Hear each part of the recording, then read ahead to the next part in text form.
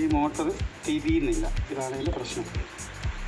Tab, ഈ കാണുന്ന tab അകത്തോട്ട് പ്രസ് ചെയ്തിട്ട് ഇതിൻ്റെ കൂടെ ഉണ്ട്, എൻ്റെ കൂടെ ഉണ്ട്. ഇത് പ്രസ് ചെയ്തിട്ട് ഈ കവർ പോലെയാണ്.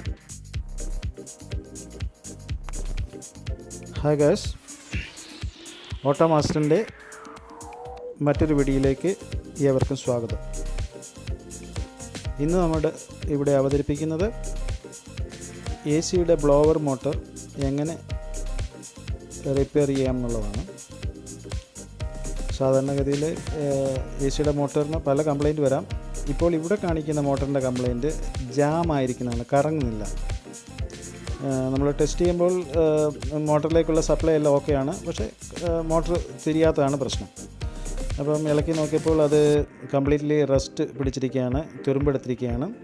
അപ്പോൾ നമ്മളത് ഈ രീതിയിൽ കൂടെ ഡിസ്മാൻറ്റിൽ ചെയ്ത്, അതായത് റിമൂവ് ചെയ്ത്, കവർ റിമൂവ് ചെയ്ത്, മോട്ടറിൻ്റെ ആർമിച്ചറും അതിൻ്റെ ബുഷും ഒക്കെ സ്പ്ലിറ്റ് ചെയ്ത് ക്ലീൻ ചെയ്ത് വീണ്ടും അത് പഴയ രീതിയിൽ വർക്കിംഗ് കണ്ടീഷൻ ആക്കുന്ന രീതികളാണ് ഇവിടെ കാണിക്കുന്നത്.